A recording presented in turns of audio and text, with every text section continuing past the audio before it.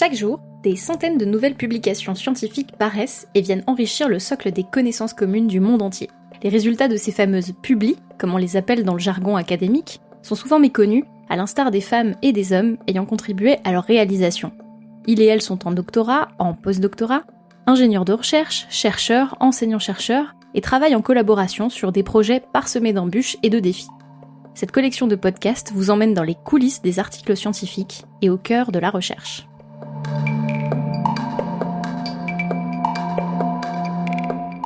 Vous écoutez Une Publi des Humains, un podcast de l'Université de Strasbourg, produit par le réseau Alumni.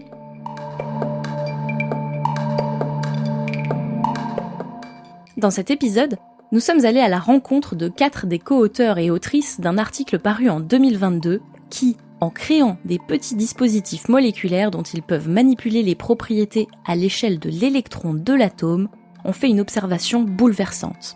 Et si leur découverte ouvrait la porte des énergies vertes du futur ? Je m'appelle Martin Bowen et je suis directeur de recherche au CNRS. Bonjour tout le monde, je suis Bhavishya, je suis physicienne de formation et j'ai démarré mon travail en tant que doctorante avec Martin Bowen à l'IPCMS. Moi je m'appelle Mathieu Lamblin et je suis thésard sous contrat de l'Université de Strasbourg financé par l'École Polytechnique.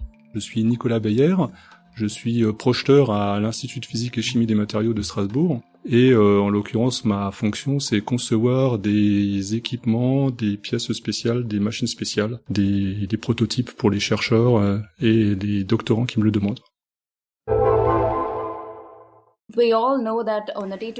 On sait tous qu'au quotidien, nous utilisons des appareils électroniques que l'on alimente en électricité grâce à un courant d'électrons. Mais cette particule a 2 propriétés, un spin et une charge. En spintronique, on s'intéresse au spin. C'est de là que le terme spintronique vient, ce n'est rien de plus qu'une contraction de spin et électronique. Donc le contexte initial, c'est celui de la spintronique, une électronique où il est question d'encoder de l'information pas seulement avec la charge de l'électron, c'est-à-dire sa présence ou son absence, mais aussi avec le spin de celui-ci, qui est une propriété quantique. Le spin, c'est une propriété intrinsèque à l'électron qui lui donne une certaine forme d'orientation face au champ magnétique. Le domaine de spintronique a émergé avec la découverte de la magnétorésistance géante, qui a valu à Albert Fert et à Peter Grünberg le prix Nobel en 2017. Ce domaine de recherche s'attache à encoder et transmettre de l'information par le biais du spin de l'électron. Ces temps-ci, il a des applications tant bien en électronique sous forme de mémoire, mais il y a aussi des applications plus prospectives pour encoder de l'information à des échelles petites.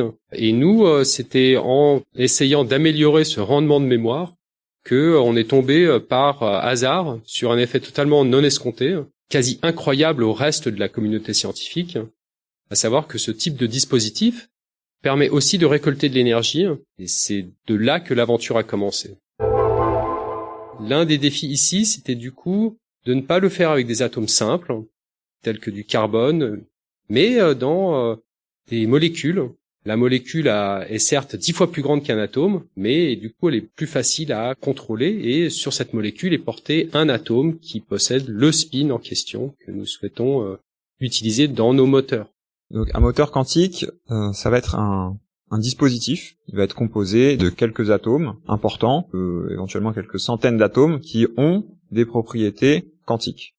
Une jonction, donc c'est un ensemble de couches de telle façon à créer un petit pylône relié à des contacts électriques pour vraiment regarder ce qui se passe à cette petite échelle restreinte. Les molécules qui contiennent le spin en question, elles sont placées entre 2 électrodes qui sont ferromagnétiques pour qu'on puisse contrôler l'orientation de ce spin dans l'espace.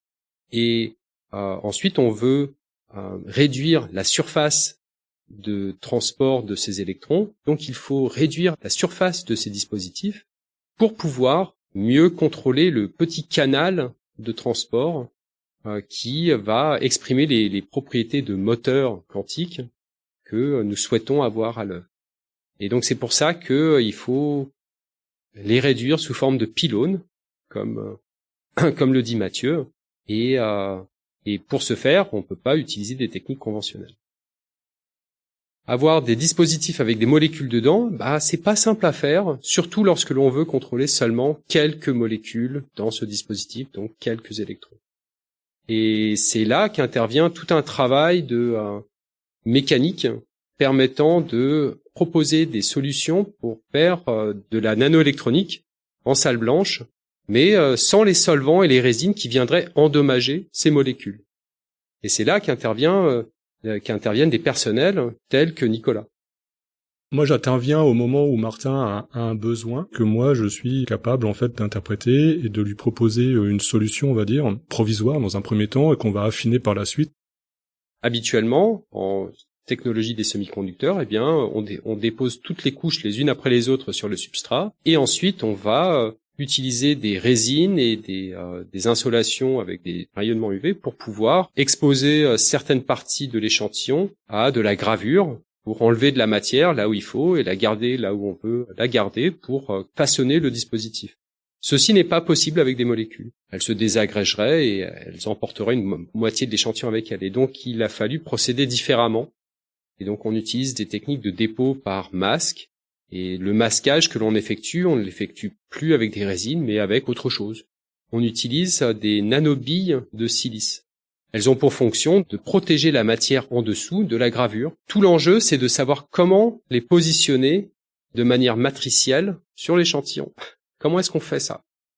Et comment est-ce qu'on le fait sans que ce soit la galère pendant un mois pour en faire un, mais pour le faire de manière systématique et répétée. Ceci a mis presque 2 ans. Et l'équipement qu'on a fini par sélectionner a été acheté, les crédits ont été obtenus en 2018 et il a été mis en service en 2021. Pour construire l'échantillon, on va évaporer des matériaux à travers différents masques qui vont donner la forme en fait de l'échantillon. Ce qui est un petit peu délicat sur ces masques, il y a 2 choses. C'est déjà la dimension en fait des orifices qui sont gravés sur ce masque. Donc pour dessiner en fait les motifs qui sont extrêmement petits, le masque qui fait 40 mm de côté, c'est un petit peu délicat. On va graver 2 ouvertures là-dedans. Le deuxième point, c'est en fait la répétabilité. Forcément, il faut que ça se superpose parfaitement pour construire les dispositifs. Ensuite, ce serait tout de même bien d'essayer de contrôler ou de visualiser leurs propriétés. Et c'est là qu'intervient le travail de thèse de co-tutelle de Bavisha. Les dispositifs sont conçus à l'IPCMS et nous devons ensuite emmener ces appareils fragiles jusqu'à Paris au synchrotron Soleil. Dans notre équipe, nous avons la particularité donc de ne pas ramener des matériaux pour être testés, mais de véritables dispositifs de micro et nanoélectronique dont on veut tester les propriétés alors qu'ils sont en opération. C'est de la haute voltige, en fait. Au synchrotron, vous devez travailler 24/24, 7 jours sur 7. Vous êtes sélectionné parmi de nombreux projets et on vous donne 1 semaine de temps pour le réaliser. On ne donne pas cette opportunité à tout le monde, alors il faut comprendre le plus de choses possible. J'ai toujours pensé que chaque recherche a des challenges, sinon ce n'est pas drôle de travailler, en tout cas pour nous physiciens. Pour moi, la chose la plus intéressante et dont je me souviendrai toute ma vie, ce sont les épiphanies tardives au synchrotron Soleil. Les meilleures idées que nous avons eues venaient toujours des discussions du milieu de la nuit. Ça demande énormément d'intuition et de créativité sur le moment. Pour vous dresser un tableau d'ensemble, nous avons créé des dispositifs nouveaux même pour notre propre domaine de recherche. En utilisant des dispositifs moléculaires, nous avons développé un moteur spintronique qui peut non seulement exploiter des propriétés quantiques, mais aussi générer du courant. C'est, je pense, quelque chose qui repousse les limites, en particulier si on anticipe des questions d'énergie renouvelable ou de puissance de calcul efficace. C'est vraiment l'un des points forts du projet. Donc un des enjeux de ma thèse et de mon travail et de l'explication théorique que j'ai fournie dans cet article, ça a été justement de démystifier ce dispositif pour montrer qu'il est complètement en accord avec les lois de la thermodynamique. Je dirais que l'article de 2022 pose l'ensemble des concepts possibles à l'œuvre dans l'opération de ce dispositif.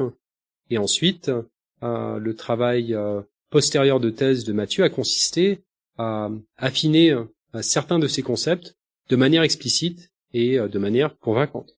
Donc le spin peut prendre 2 valeurs, up ou down, haut ou bas. Les états d'énergie des électrons dans ces matériaux vont dépendre de leur spin.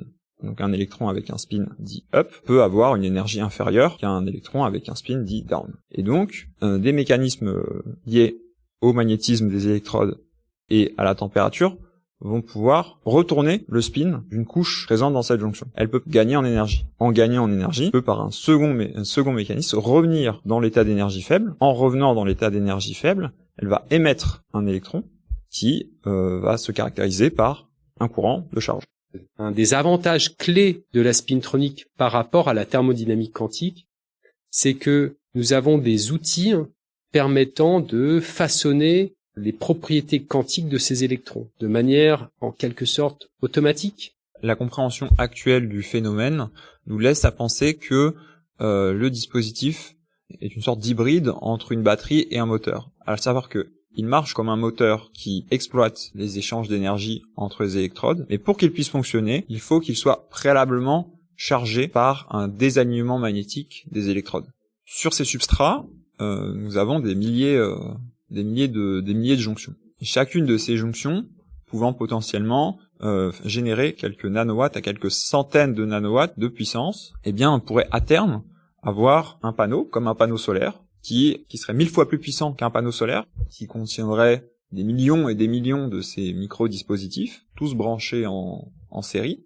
Nous mettons des spins proches d'électrodes ferromagnétiques et ceci engendre plusieurs conséquences. Ça permet en quelque sorte de dire au spin, bon bah toi, tu n'as pas trop le choix, tu dois être up. Et si tu me parles à moi, électrode, quand on se parle, on doit être up ensemble. Alors, quand on se parle pas, t'as le droit de faire ce que tu veux. Et lorsqu'on se parle, il faut être up. Et ce fait de se parler, de communiquer, c'est ce que nous découvrons par après, donc c'est-à-dire au-delà de cet article. Ce fait de se parler, eh ben ça, c'est une forme d'énergie que l'on peut récolter. J'ai beaucoup de plaisir à travailler sur ce projet parce que, au-delà de faire de la belle physique, il y a derrière un sens et un objectif profond de création d'un dispositif qui pourrait révolutionner la manière dont on génère de l'énergie et solutionner la plus grande crise à laquelle l'humanité est confrontée. Et donc, cette motivation-là donne vraiment sens profond à mon travail. L'enjeu, c'est du coup de convaincre les gens qui font de la spintronique de s'atteler à la chose, et aussi de convaincre les gens de la thermodynamique quantique en leur montrant que nous avons un système, un concept et une implémentation expérimentale qui résout un certain nombre de leurs problèmes à eux. On dirait que nous sommes à un croisement très intéressant entre deux branches avec des applications potentielles très intéressantes. L'idéal serait que beaucoup de personnes s'emparent de ce sujet, que nous ne soyons pas en quelque sorte les seuls à le faire. Car si nous le faisons, seuls, très bien, la science avancera, mais à mon sens, elle n'avancera pas selon le calendrier naturel dicté par la crise que nous avons créée. Nous n'avancerons pas assez vite. Les premiers dispositifs de spintronique à l'échelle commerciale, ce sont des senseurs magnétiques, notamment dans les têtes de lecture des disques durs, et sous forme de mémoire magnétique. Il y a des fondeurs, Samsung, Hynix, qui sont capables de positionner ce type de dispositif sous forme matricielle à forte densité. Par forte densité, j'entends 100 nanomètres, donc 1000 fois moins qu'un cheveu. Donc, eux, ils l'utilisent pour faire des mémoires. Et nous, ce que l'on dit, c'est, regardez, si vous arriviez à contrôler vos atomes dans vos jonctions, vous pourriez faire autre chose que des mémoires. Par rapport aux enjeux de société actuels, bah ça semble intéressant.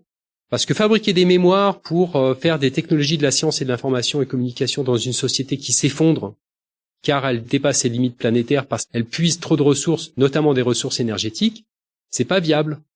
Alors que s'ils réutilisaient cette technologie pour récolter l'énergie qu'on va qualifier d'ambiante et que l'on a précisé ici comme étant d'origine magnétique, ceci aurait peut-être plus de sens au niveau de nos enjeux de société.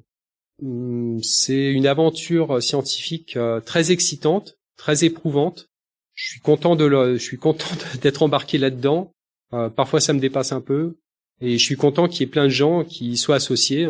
Il faut quand même préciser ici que nous parlons en quelque sorte de technosolutionnisme. Nous sommes ici à proposer des pistes nous permettant d'avoir de l'énergie de manière abondante pour, en quelque sorte, continuer à vivre notre mode de vie tel que nous l'avons façonné ces 20, 30, 50 dernières années. Nous avons évoqué toutes les difficultés, tant bien techniques que conceptuelles, qu'expérimentales, qu'humaines. Et face à ça, il me semblerait que le principe de précaution serait certes, développer ce type de technologie, mais que ça aurait plus de sens de faire preuve de sobriété et de lever un peu le pied sur nos besoins en termes de ressources planétaires, tout en espérant que nous ayons des solutions techniques.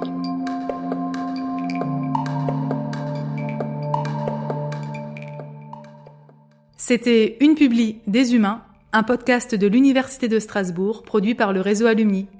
Retrouvez-nous sur alumni.unistra.fr.